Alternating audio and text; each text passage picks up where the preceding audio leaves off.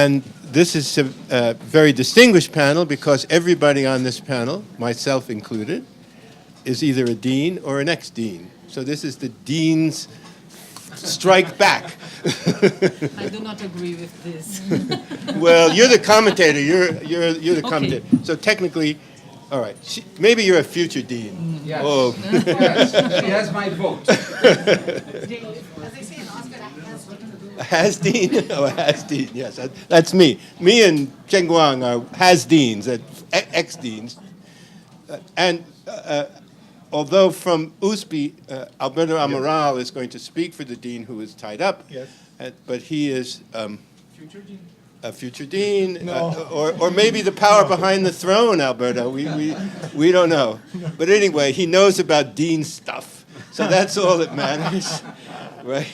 He's a honorary member of the Dean's Club. And the purpose of this is to ask people who are actually engaged in day-to-day management and development or have been recently, as in the case of Wang Cheng Wang, of major universities in the Global South, how they are reacting to the Law and Development Challenge, what they've done, and what might be on the table for the future. This is kind of an institutional focus rather than a purely academic focus, so this is where critique and programmatic positions must come together. I've asked them each to stick close to about 10 minutes for their presentation, and then we'll have a comment from Luciana, and then we'll have a few minutes for discussion and wrap-up.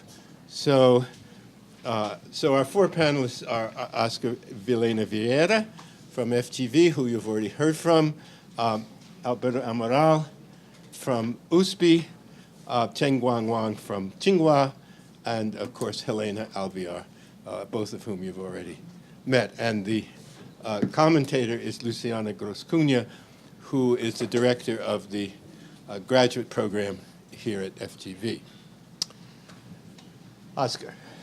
Okay. First of all, thank you very much for the invitation. It's very generous of the academics to invite deans, these ordinary people to participate in such a high-level discussion. But I'm extremely glad when I asked David if I should talk more from a more analytical perspective of the law and development in the school, or should I spend more time talking about what we are doing? He was direct, tell what you are doing. Okay, so there's not much analytical thinking, is much more how we are facing this issue. So the first question, even though I will spend my time talking about what we are doing, I participate in 5 minutes here, 10 minutes there. I hear some of the debates that were going on.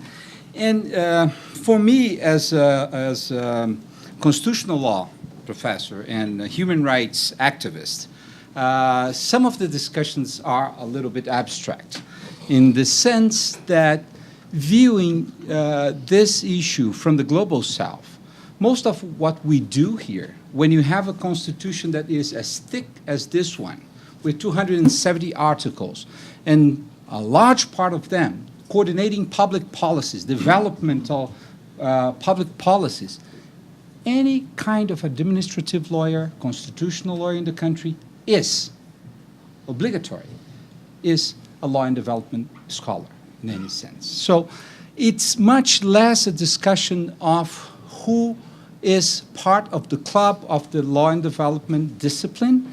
Is much more of being inserted in a country, in a legal framework that is about developing the country. So it's just, I would like to share this with you, that for us is the developmental part of our careers as lawyers is a very natural thing.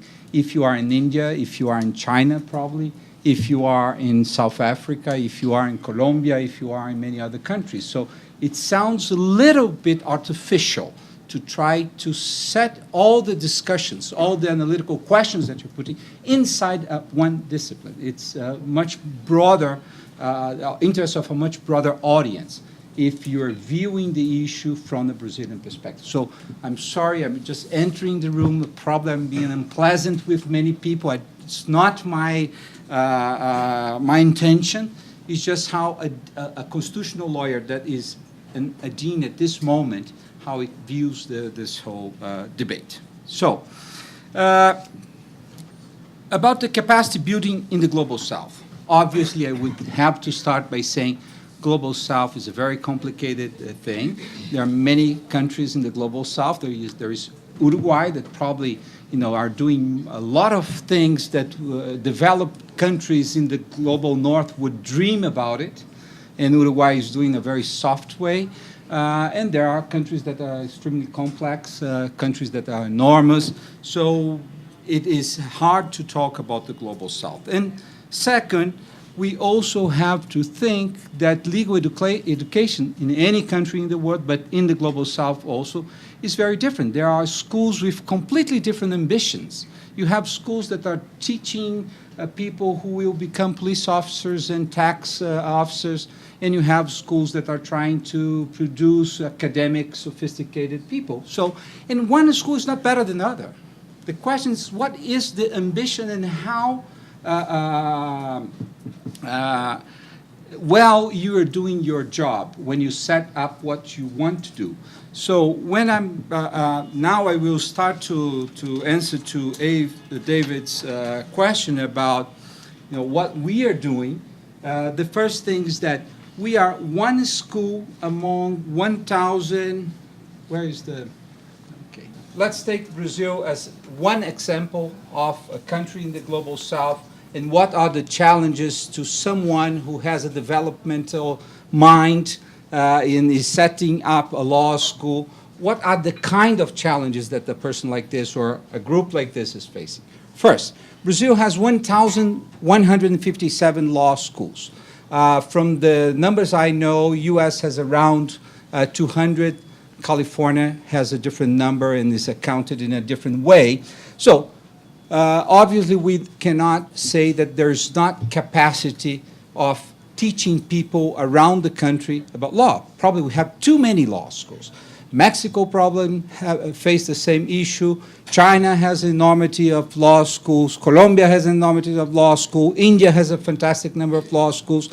So there are in many of these emerging countries large number of law schools. So the question is, what are they producing, and if what they are producing matches the needs of a country. So this is just the numbers of Brazil. We have 740,000 law students at this moment in Brazil, 220,000 new students every year. Then you have a trick. Only 50% pass on the Bar Association. So that means that the law schools are a terrible place, that only 15% of the students succeed.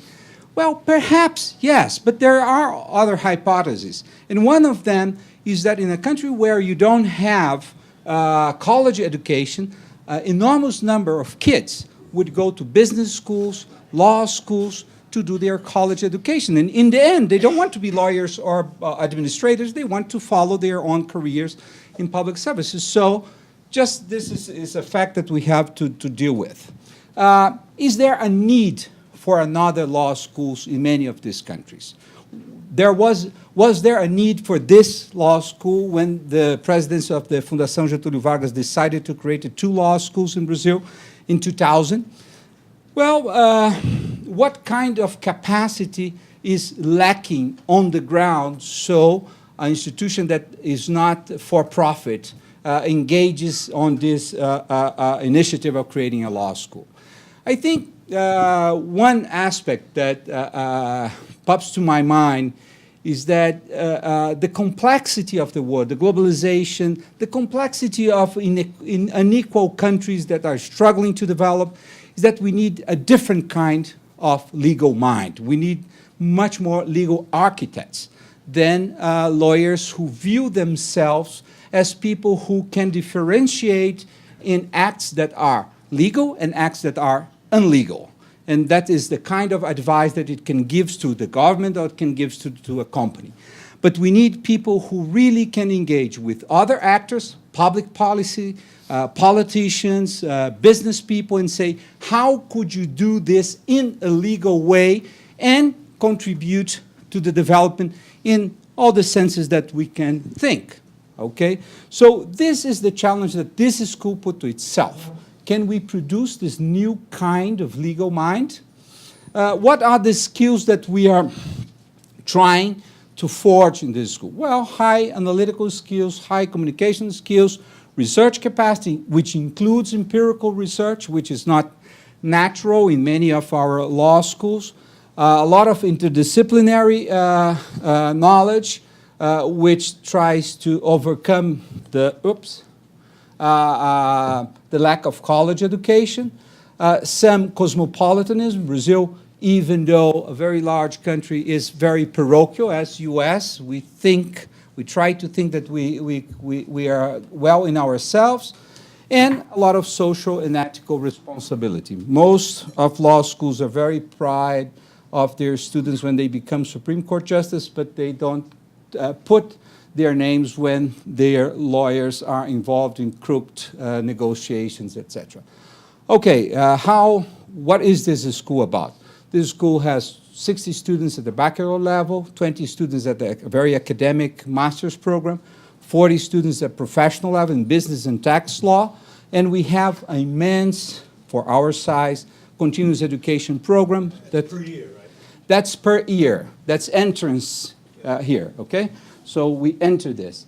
So this is how we solve a little bit our business model, how we collect money so we can have a very academic environment.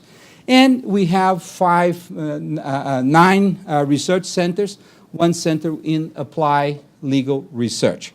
What these centers are doing, I will not talk about all of them, but we'll concentrate in this one, is producing research to solve developmental issues in the country, okay? Basically what we are doing, we are trying to innovate in learning strategies. So move from lectures to cases, role play, blah, blah, blah. But one thing that we are probably advancing in the next few years is on project-based learning. So that means we are trying to substitute semesters where you have 6 to 9 disciplines to a semester where we have to deal only with one large program that would involve the same kind of learning that you would have if you have the 6 or 7 disciplines. So this is the kind of initiative that we are trying. We are called disciplinalization of our program, okay? How we create this? First of all, we need to create a very autonomous legal research group, which is not a triviality in many of our countries. Why? Because most of the lawyers are professionals. Most of the professors that teach in law schools around in Brazil and in many countries in Latin America, they are professionals. They have entrenched interest in the areas where they are lawyers, or if they are public prosecutors in the areas which they act to. So to take a group of knowledgeable lawyers outside of the profession to reflect about the profession and reflect about the problems that the legal system and the legal environment is extremely important. So to have full-time researchers and professors, I think it's a revolution in terms of having a critical mass that could analyze the legal system in a more autonomous way.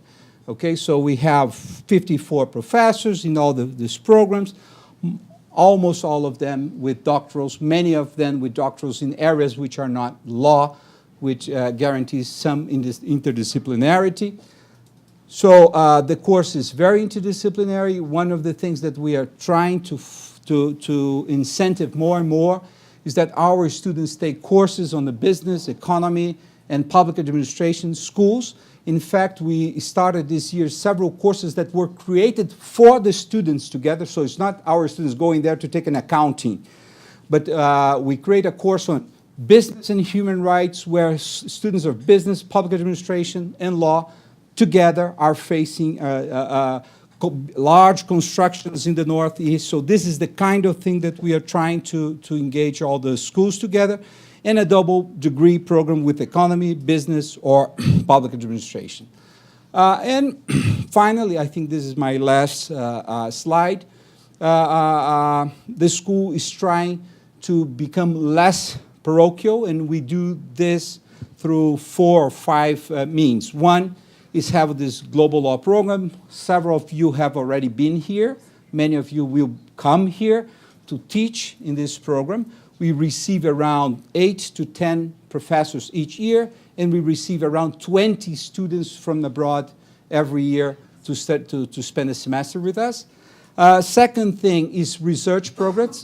Here we have a symbol. The two professors here on the table are working for 2 or 3 years in a project on the legal profession. So the idea is not that the Global South is applying the research, architect and forge in the North, but that we have to sit together, we have to produce the hypothesis, we have to put the research, the brains together, North and South, to produce this research. So this is the kind of engagement that we are accepting. We have exchange programs. We create this global league law school. We have 25 law schools around the globe that are also trying to set some standards of what is to be a more cosmopolitan law school. Helena is a member of this, and many of you here. And finally, obviously, we have to overcome Portuguese, which is a language that a lot of people speak, but most of them in the same country, which is a very problematic thing. So Spanish and English must be part of our daily work. So did I make the 10 minutes? It's slightly over, but well within the, well within the. Okay, Alberto.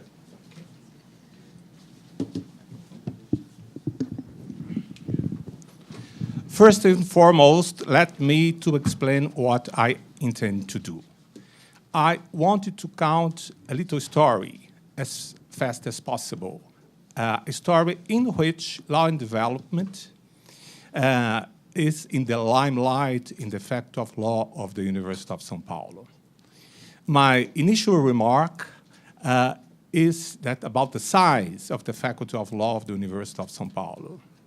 We are large Faculty of Law with more than 2,000 students, more than 450 students enter a year into the law school, and we have a diversified group of professors. But 2014 marks a watershed in the history of the Faculty of Law.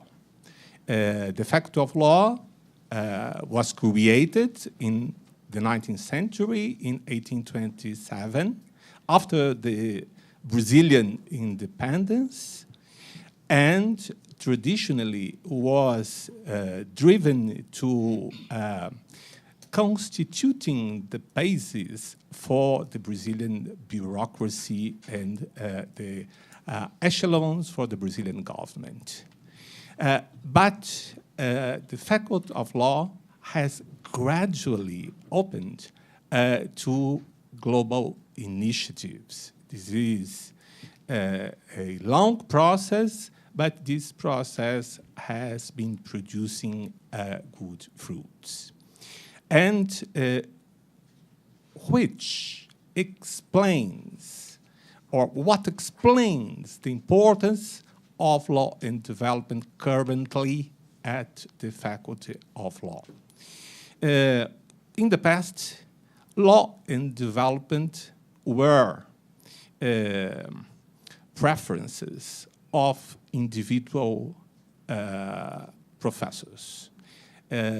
Each professor developed his method to study this issue in isolation.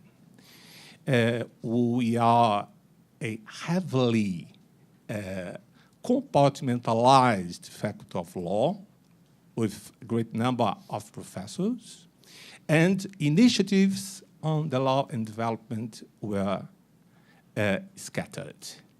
But in 2014, the Faculty of Law decided to change its mind and to put or to set the law and development on the center stage.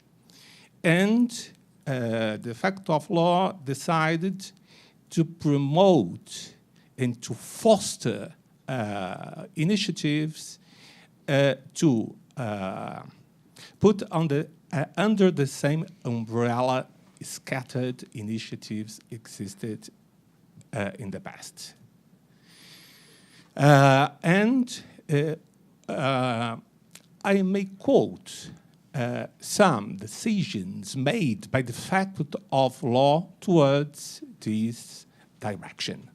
The first initiative tries to distinguish between developing countries and the least developed countries. And with regard to the former, the Faculty of Law decided to further the dialogue between or among universities of developing countries, particularly universities belonging to BRICS, with a view to changing experiences. And I may differentiate two levels. At the first level, we attempt to encourage projects to make empirical studies in order to increase the knowledge about our respective societies. The second project aims to favor normative projects that may rethink the notion of development. And Brazil is a case in which this topic is very pressing. Because we have an extreme social inequality, we have the problem of economic growth, and we have issues involving environmental degradation. And the huge crisis relative to the issue of development awakened the Faculty of Law to take more ambitious projects towards shifting our traditional position.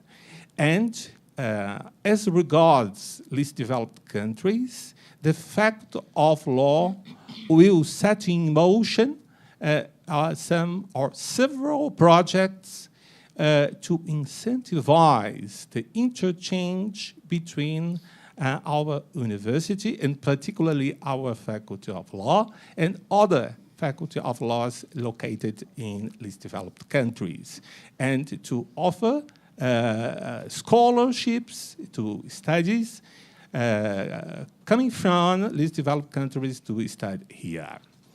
And I may quote also some innovative initiatives. For example, a group of professors have decided to deliver courses in English.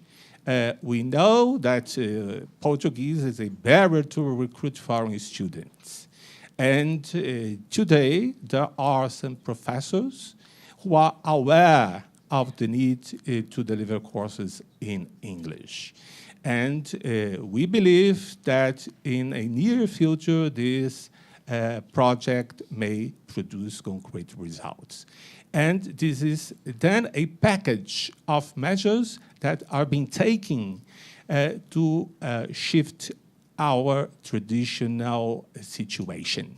And I believe that it's a duty of a public university to contribute decisively to alter this picture in Brazil now. Thank you.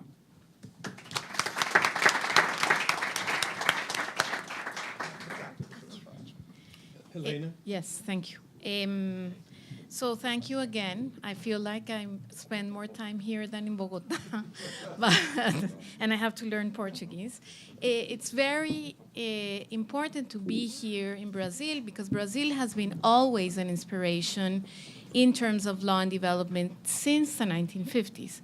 So my father, who was a classic law and development scholar when it was very different to be a scholar, his inspiration was Brazil. He always spoke about Brazil. There, that's where the literature is, a lot of things. So I think that Brazil is very important in the debate about the relationship between law and development. Now, I think that if we understand the field in a broad way, everything we do in a country like Colombia is related to law and development. And I think that Marcos's point earlier about the tradition in administrative law is very important.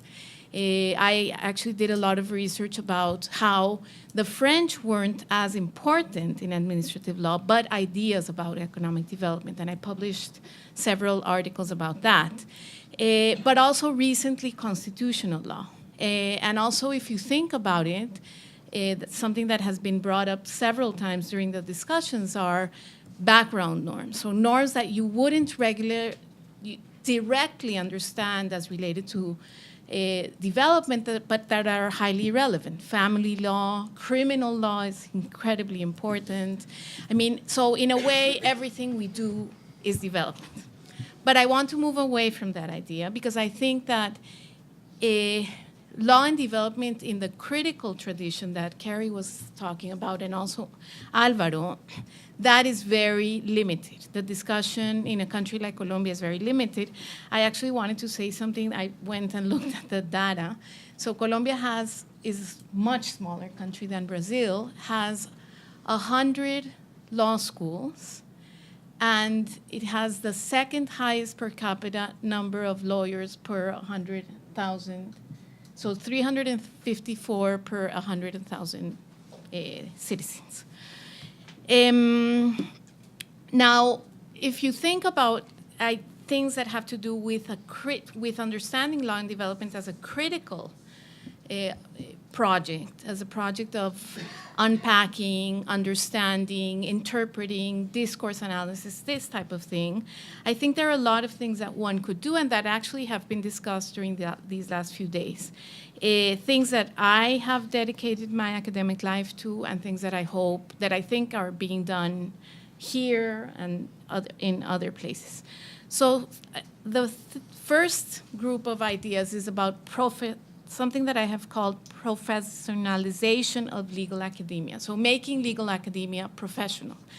This seems like a very obvious idea for people who come from the north, but actually for people who come from a country like Colombia, I've spent most of my years as a dean, almost 4, trying to carve out a space so that my professors are well respected in terms of what they publish, what are they thinking about, what they research, etc.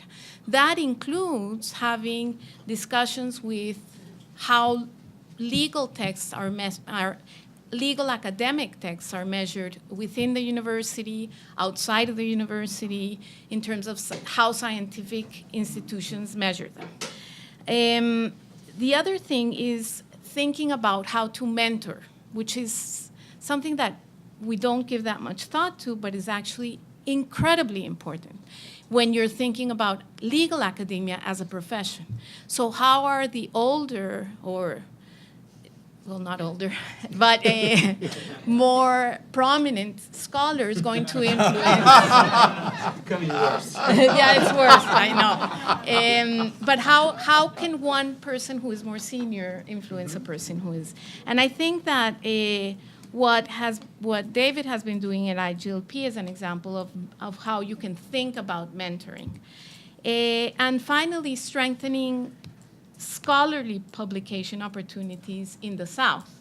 which is we always publish, or we're looking to publish in the North, but why don't we strengthen the law reviews that we have in these institutions and try to exchange publications among us?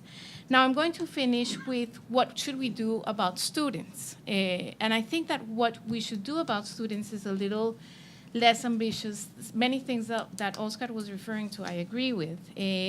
But I think that one of the important things is to provide students with critical tools through the teaching of courses that provide theoretical discussions. And I think that this is very important for students, because if students are only looking at black letter law, they will never understand what's at stake when the law changes, for example. Or they'll never understand how to interpret a legal shift if they don't have like the theoretical tools to face it. And then secondly, seeing law in interaction with other disciplines. So this is the idea of interdisciplinarity, but also within the classroom. So administrative law in relationship to culture, or family law in relationship to economics, or labor law in relationship to social,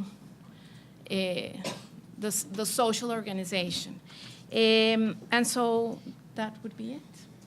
Thank you.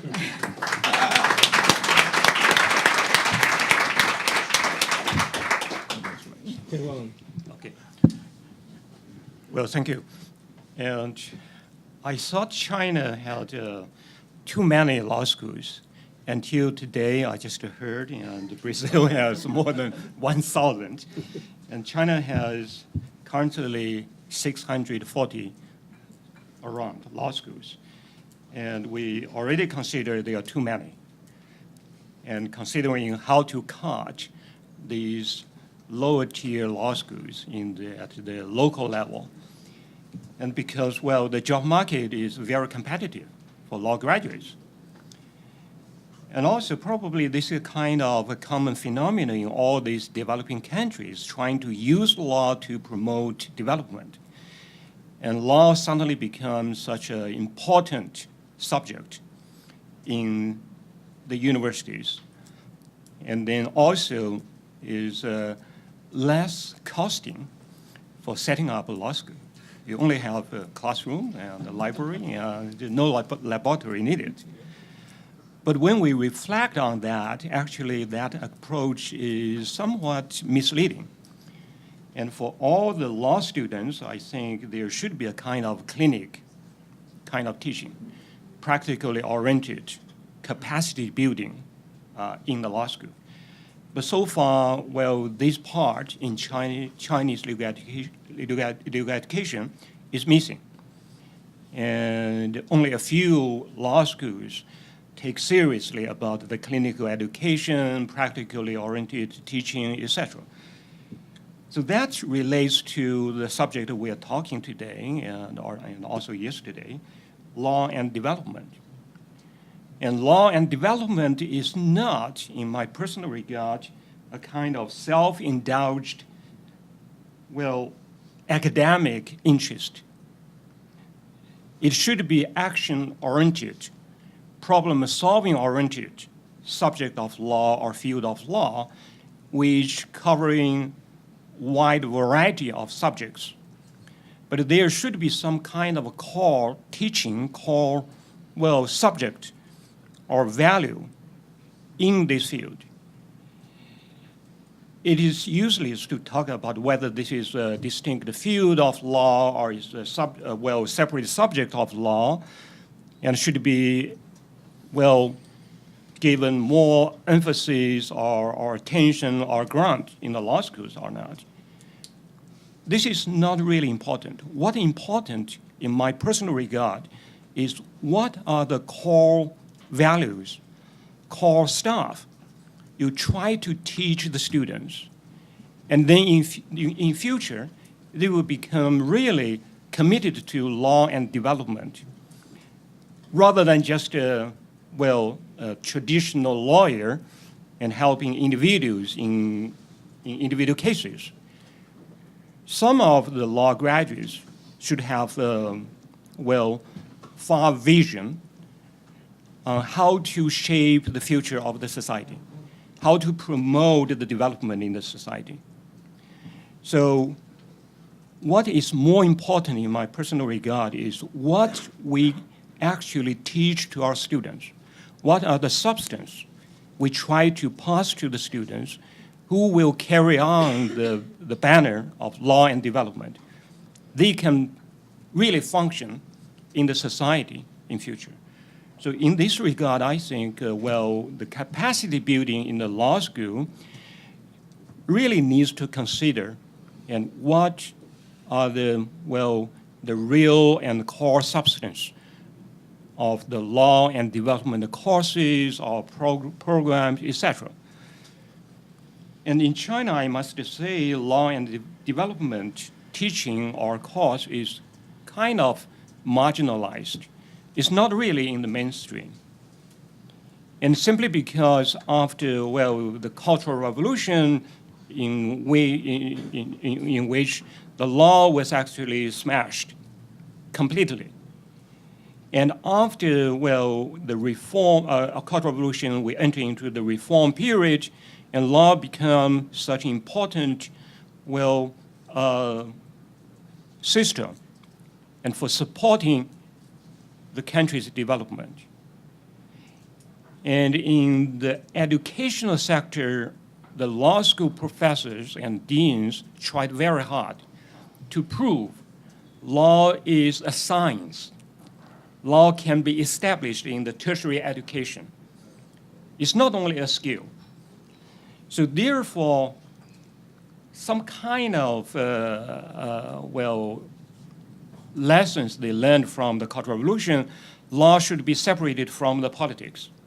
Well, in the old days, and law is a kind of instrument of the ruling party, of the government, of the ruling classes. So therefore, abandoning the old ultra-Marxism, doctrinals, and people come to kind of idea, law is a purely science and not associated with anything else, particularly with politics. And this idea, of course, is really naive idea. So when Chinese students went to US law schools or Europeans, when the professors at the opening remarks says, law is politics. So all the Chinese students were really amazed. We just abandoned all these doctrines. You suddenly find out was something, really surprising. But law and society, and if we really treat it as one of the subjects in the law school, legal education, we must consider what are the substances, what not only theories, but also the practical skills and the visions and this kind of mentality we need to really teach our students. So therefore, towards the end of the 80s, in the Chinese legal education, a small group of professors, at that time young professors, came together and thinking that we should not treat law as a separate, pure rules. We must put law back into the society. So sociology of law became noticed, and then, law and development theory was introduced into China, so we formed a small group of sociology of law and trying to promote this idea. But still, I think it's an uphill journey. It's still, we're fighting and trying to let more professors to know not only black letter laws we should teach, but also we should teach a lot of other stuff, law and. So to the subject, building capacity, I think we need to consider 3 dimensions. First one is, whose capacity?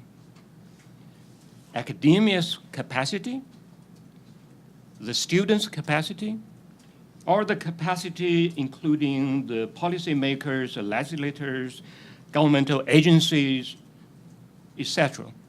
So I think I would rather think the capacity building to cover the wider scope of, and also mainly the policymakers, legislators, but current legislators, I don't think I have any high hope on them. So what my hope is on the next generation, so the students. We start from the students. And also concerning whose capacity, we also need to consider the donors, the providers of the models to the developing countries. What should be the capacity of all these donors if they don't understand the particular social environment and problems? I don't think they can produce really or introduce very valuable stuff. And also the capacity of the recipients, that's another perspective we look at, the capacity, concerning whose capacity. And second issue, I think we need to consider what capacity. I mentioned very briefly already, well, there should be not only doctrinal teaching. If law and society only remains in the law journals, in, let's say, Toronto, Harvard, I'm not so sure whether law and society movement can really gain the roots in the society, particularly in the developing countries. So therefore, I would consider the capacity includes the social legal perspective to evaluate the law and the systems and the social structure. Namely, law and society scholars must have a clear vision of social agenda.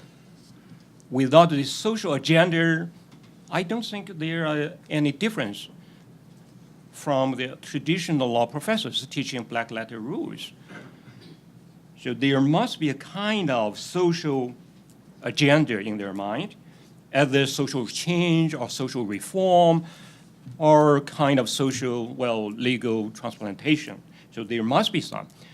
But the environment has been, quite different from the time of the starting of the law and development movement in the 50s or 60s.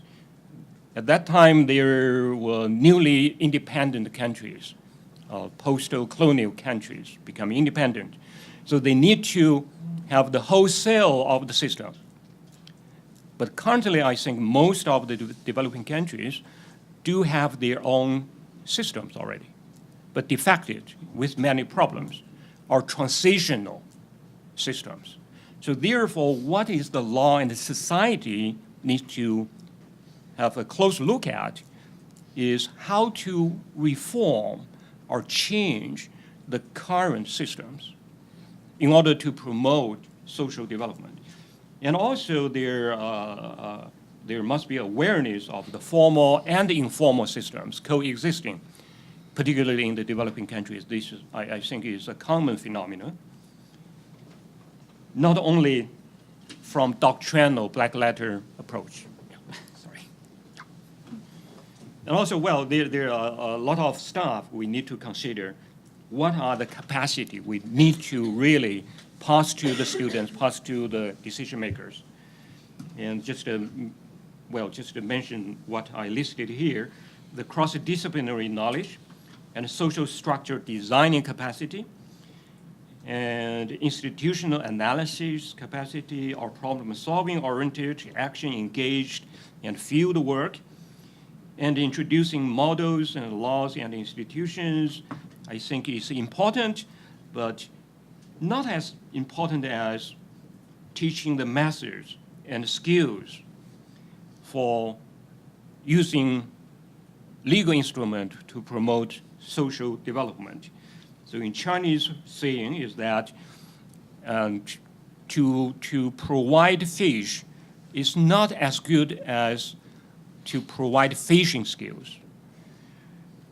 And therefore, I think, well, the contents should include, the major part of methods and skills, how to make analysis of the social problems, how to build the new system through the law and the legal procedure, and etc. And the third, concern issue, dimension, is how to build. if we understand whose capacity and what capacity, and third dimension is how to build this capacity.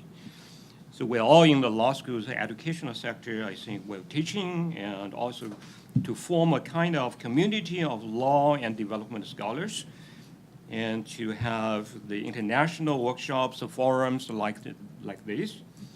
And also more importantly, to build a bridge between the intellectual circle with the government or decision-making circle. Just to give you an example, and China right now is engaging in a major reform, restructuring of health system. And the City Council, the highest executive branch, organized a group of experts. The list of the experts were publicized. When I reading it, I was amazed to find out this is a major system restructuring. There is no any law person, no legal expert. All health experts and sociology, scholars, and managerial, experts, but no single one is with any law background. So this is a kind of shock, and also indicates there should be a kind of bridge. Otherwise, law and development will remain purely as academic, talking. So we must put it into action-oriented, or problem-solving, or social structure reforming-oriented, theory and practice. Well, thank you. Thank you.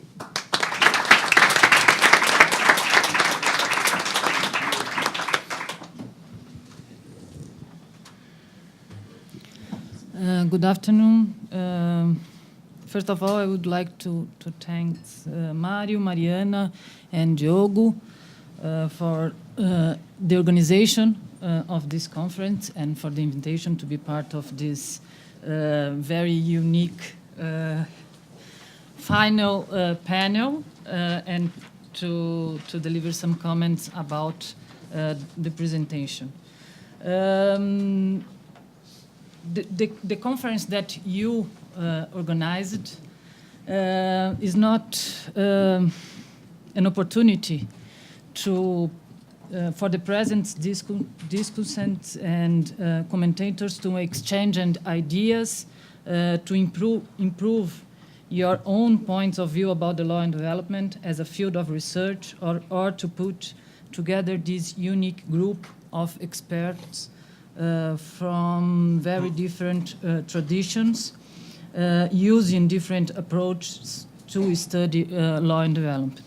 But also it's an opportunity for our students, for the Brazilian students, and especially from the students from the master program and from the students from the FGV Direito São Paulo, to be part of this discussion. And this is build capacity. I just want to stress two different comments that you have had done. One of that is to make the legal academia as a profession. And the other is what kind of capacity we want and we need to build as law schools. If we can answer these different issues, and it's very difficult, me, myself, as a part of a group who are discussing this project that Oscar invite us to be part of it, which is this disciplinarization of the law school. It's very difficult to answer what we want, what we need from our students in the end of the semester. But we have to answer this kind of questions as professors in the law school, and what kind of abilities and what kind of knowledges that we want that our students have to be. And one part of this issue is to have the legal academia as a profession, to publish and to circulate our production, our academia production. Oscar said about the difficult to us to produce in Portuguese, that because we will not have any kind of readers from the other countries, and to exchanging ideas with our neighborhoods and in the south. I think that if we can answer these questions, we are building capacity. But I also would like to hear from you about these issues. Thank you.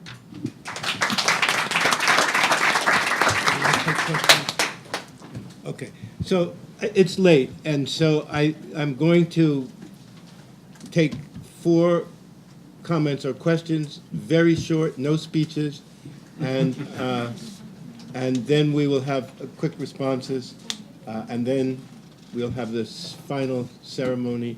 So Raj, you got your hand up first, and Kevin, and no? Okay, that's 2. There are 2 slots going. Okay, good. I don't know your name, but okay, you're third. And one more. This slot is highly valued. I'm offering it at a very low price. Auction. Put it Any on auction. offers? Huh? Occupy the space. Well, we'll see. Okay, we've got 3. So Raj, Kevin, and okay, good. I just want to commend Professor Wang for the way of approaching this issue. Particularly, was struck by the whole question of whose capacity ultimately, and I want to strongly endorse the idea that when we think about law and development, improving the capacity and professionalizing the lawyers as a professional, set of people, the law schools is one part of the equation, but if we take the other side, which is development, more seriously, and the lack of literacy, legal literacy, and the lack of the importance of law, for example, in the case of the healthcare reform in China that you mentioned, means that somehow legal literacy needs to be made more relevant to the lives of those, in the training of those who are not lawyers. And that's actually the bigger challenge. How do you actually get at that? And I just wanted to briefly mention one experiment in which I was involved in India, when basically India lacks any school that professionally trains urban planners. There are schools of architecture, but urban planning is not really well advanced. And so the basic idea that was floated a few years ago was to establish India's first school of urban planning. It would be called Indian Institute of Human Settlements. And one of the ideas that was brought forward was that this group of urban planners need to have a real understanding of law. So I was tasked with the idea of putting together a graduate syllabus, a course, set of courses on what we call law and urban transformation. And of course, that's still in the pipeline. It's still not fully implemented, but it just was a very challenging task for somebody like me to try to figure out what kind of law has to be introduced in what way for people who are not going to be lawyers. They're not going to practice law. But the law is going to be terribly important, whether they end up as officials in a regulatory agency like the Telecom Authority, or they end up working for a local NGO, analyzing the impact of Kyoto regime for India's climate change policy. So I was just very curious in that context about Professor Oscar Vieira's statistics that most people who graduate from the law school actually, they don't bother probably taking even the bar exam. So the question is, do you have data on where do they end up? Do they go to regulatory agencies, NGOs, wherever? Kevin. You have to send it back. Hiki, that's what people are saying. That I understand. I actually have a very simple question, which is, as someone from the global north or an institution in the north, what can we do, and what would you want from or hope for from institutions in the global north?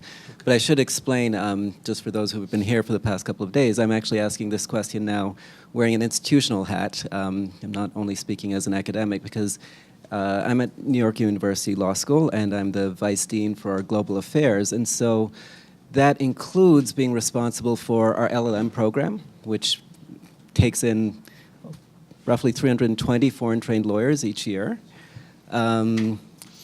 Our fellows, we have a fair number of foreign fellows, either at the visiting doctoral student level, the postdoc level, or either junior or senior academics, and a few fellows from practice.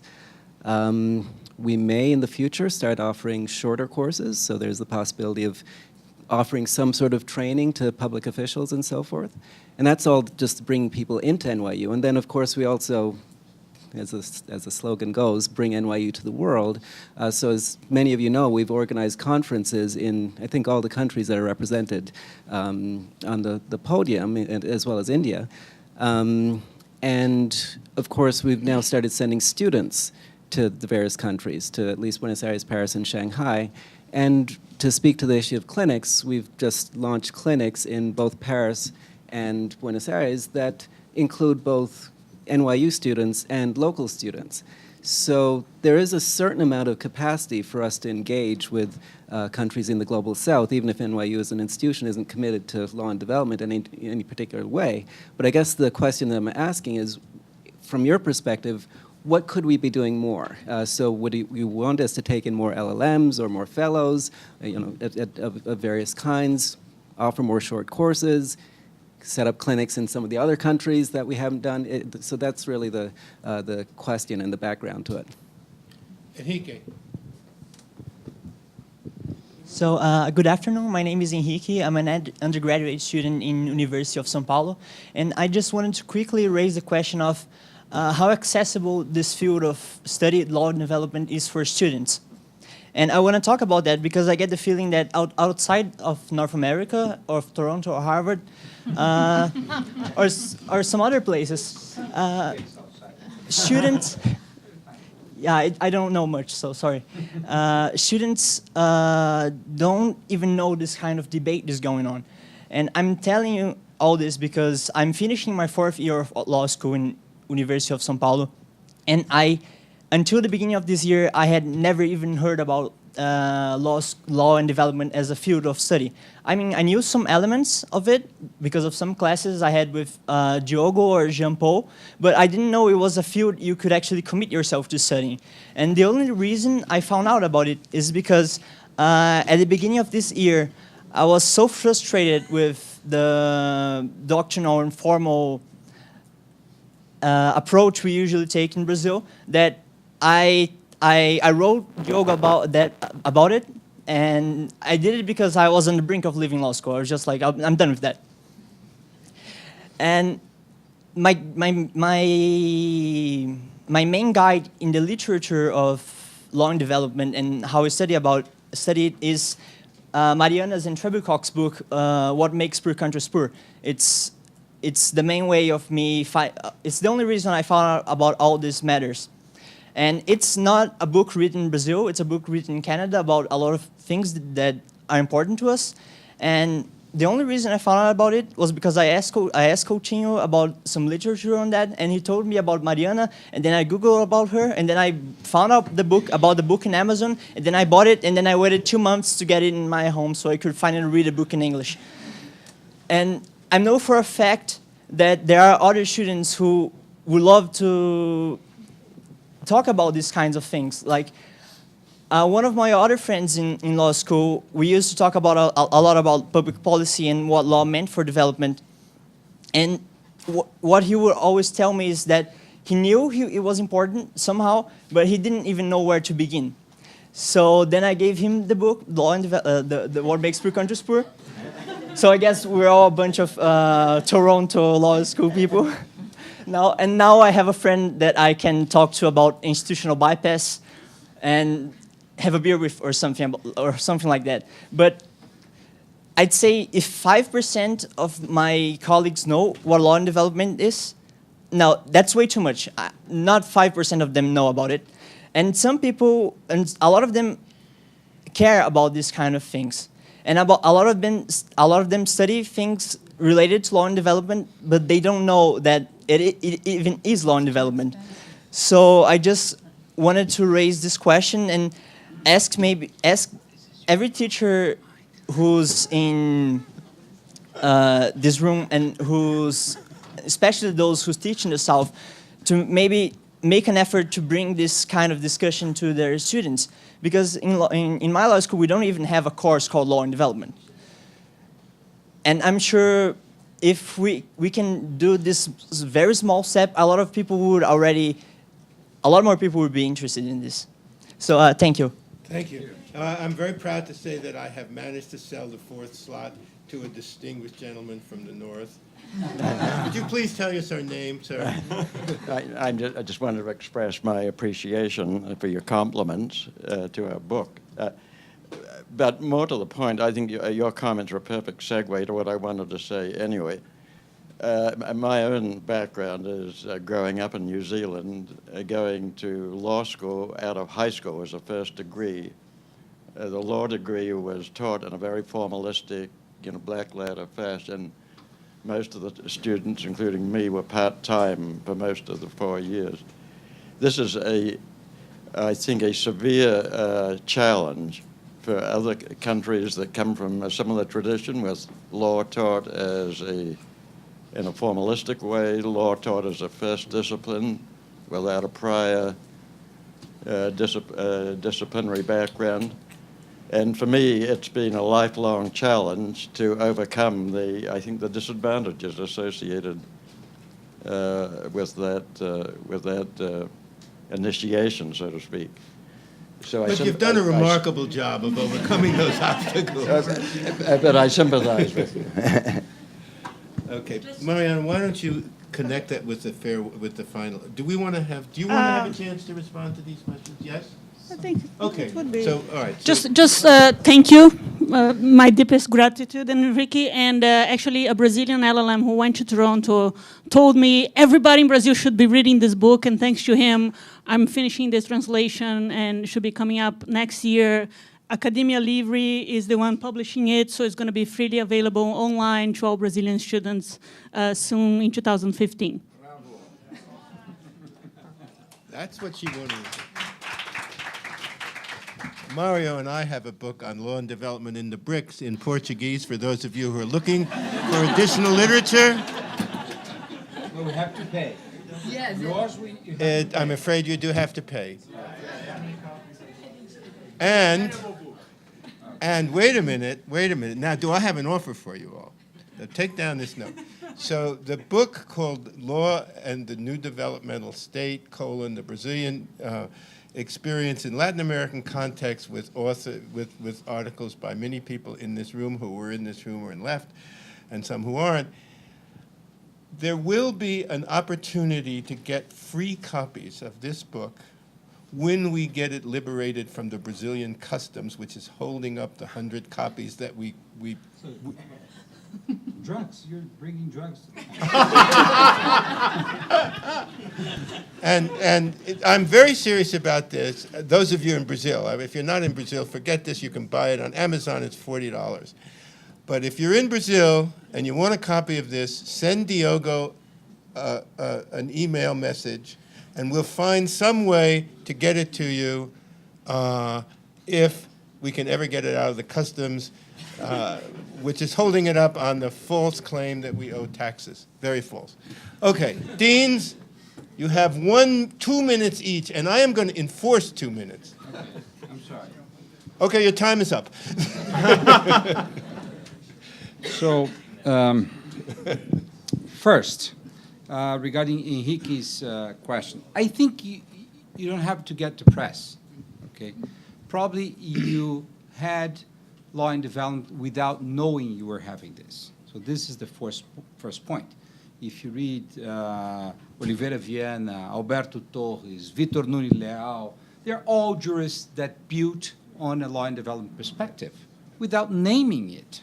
So just, be more attentive of what these people are doing. So also regarding your question, I view as a non-law and development scholar in front of all the archbishops here, I would say that for me it's a kind of lenses through which, as an academic, I impose myself the responsibility to be more empirist, more critical, but also with the possibility of building something after that. Because if I don't do the last part, perhaps I will be much more a sociologist of law. So there is a little bit of this component of building, reforming, so a positive attitude, okay? And if I am a lawyer practitioner, so my perspective is not to be just a black letter lawyer, but also someone who can architect new conceptions, more efficient ways, be in public policy, be in private sector. So, take this and don't get depressed because you don't have a course on law and development. So this is my first minute. The second question about Haj, where these people go, which is an interesting thing. Most of them, they will go to the private sectors and do their work. If they are in a bank, they are cashier in a bank, they will keep being a cashier in a bank and probably get promoted because they have a law degree, etc. And a large percentage are in public services, so they can be a transit authority, they can be a fiscal authority, they will have a law degree. So in some sense, when I count this, I don't see here a crisis of the legal education system. I just see that there's a large percentage of kids that go to college and do a legal degree that will help them improve their condition as citizens and as professionals. Well, they could be trained in other things that are more useful than law, perhaps.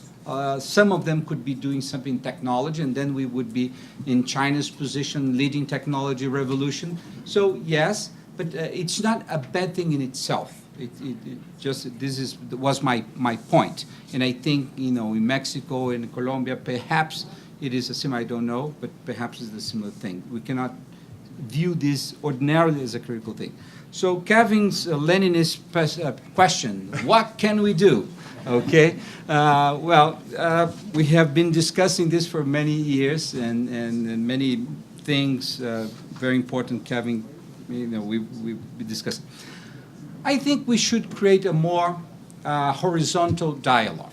Many people talk with accent, but they don't think with accent. So this is the kind of thing that I think leading schools that are concerned with development issues should be organizing things together as this kind of conference.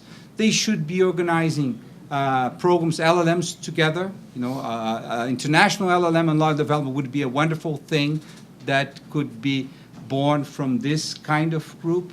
Publications and mutual translations would be very good. I think this is one fantastic thing where we could invest some time and money, because there are ideas around, but it's very expensive to put this on the market of ideas, and there is some hierarchizations that are put. So I would just answer with these three objective things. I think we could cooperate more and create a global LLM on law and development. I think we should invest in translation, and I don't remember the third thing. Make all sense. It was the best idea. Ask someone. Alberto. Okay. Here, she's Okay. going. Yeah. Okay. Thank you. I wish to make short handful commentaries about questions posed. I fully understand the Hickey's anguish, but something may be added. It's not necessary to go further to understand the fact that law and development has been a concern in the Faculty of Law of the University of São Paulo, for example. David Trubek, for example, was a distinguished professor who influenced my generation. In the 80s, for example, Professor José Eduardo Faria wrote an important dissertation about law as a tool of social modernization. And now we have different professors, and I tried to emphasize during my exposition that are concerned with the topic law and development. Professor Callisto, Professor Ronaldo Porto Macedo, who teaches here and at the Faculty of Law of University of São Paulo, Jean-Paul, Diogo, Virgilio, and so on. Myself, yes. We try to arouse the interest as regards this topic. But I desire to stress another important point that I did not have time enough to explain during my talk. And this point is that we urgently need to produce a new knowledge on law and development, and more specifically on development, and to rethink the concept of development. And we live in a crossroad. We live at the moment in which our time calls for a revision of the concept of development. The threat posited by the environmental catastrophe shows it very well. And the extreme of power in the world and the extreme of powerless people and this huge gulf places us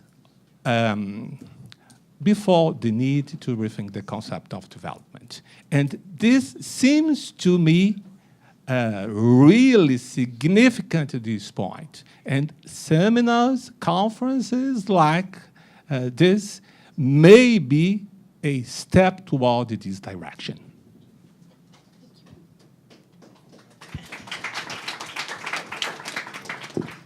So I just wanted to take Raj's point about the literacy of those who are actually designing.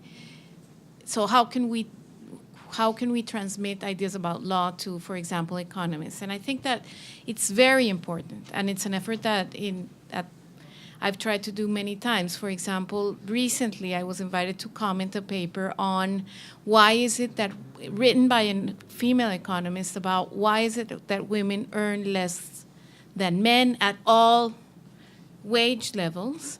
And her conclusion about law was because the law establishes that equal pay for equal work, then law wasn't the issue was culture. And I had to do this whole effort of explaining that it wasn't just about that specific law, that was a very superficial way of understanding. So transmitting the idea that inequality is a legal arrangement is a very difficult thing to do. And I think that we should work very much on it. On the other hand, there's another pressure that is incredible, that I'm sure is happening in other places, which is that economics is colonizing the law, right? So that everything is seen through the analysis of very specific and limited microeconomic, interpretations of the law, and that is tying the hands of legal academics as well. So I think that's a very good point, and that would be my answer. Well, not any answer to the questions. I don't think any question particularly targeting as my presentation. But Kevin did mention, how to really build the capacity from both sides, the donors and the recipients. I think, this is really the cutting edge question. And I just would like to use one example of tobacco control. And tobacco control in the US, there are public campaigns and also litigation. And then the Chinese scholars were really amazed. The litigation, that's a good tool. We must use it. Some of the lawyers tried but failed, simply because the court, did not or rejected the filing of the cases. And the reason is quite simple, because the structure in China and in the US is quite different. In China, tobacco is monopolized by the state. Within the Ministry of Industry, there is one Bureau of Tobacco Control. So that's the pocket or the purse of the government. And using the public, prosecutors to file a litigation is impossible in such a situation. But then, how to really solve this problem is not only a legal issue, but it's a kind of, structural analysis and also the problem-solving approach, and you have to be really, kind of creative thinking and innovative thinking to come up with some new methods, try to achieve the same goal. So by using that case, I just want to illustrate that on both sides, there must be very practical, oriented, down-to-earth approach to analyze the problems. Thank you. Thank you very much, panelists, commentators.